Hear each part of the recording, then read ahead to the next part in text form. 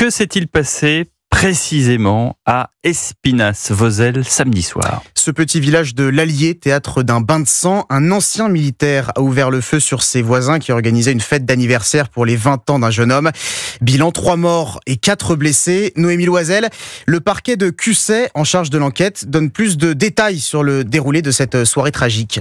Oui, vers 19h30, le jeune homme qui fêtait ses 20 ans descend en motocross avec l'un de ses amis sur un chemin de terre, là où vit reclus 500 mètres plus loin un voisin.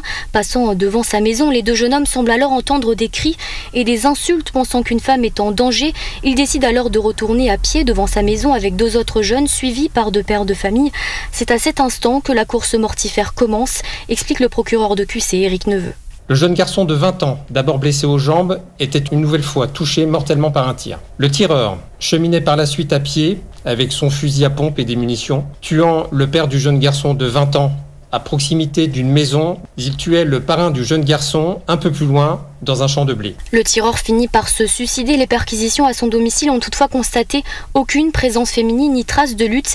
Mais à l'intérieur, le téléviseur est retrouvé allumé, projetant avec un volume sonore très élevé le jeu de guerre Call of Duty. Ce qui est aussi retrouvé, c'est un écran de surveillance permettant de visualiser l'entrée de sa propriété. Décrit comme sauvage, insociable, cet ancien militaire n'avait jamais servi en unité de combat, ne pratiquait plus la chasse, mais possédait bien 6 armes d'épaule.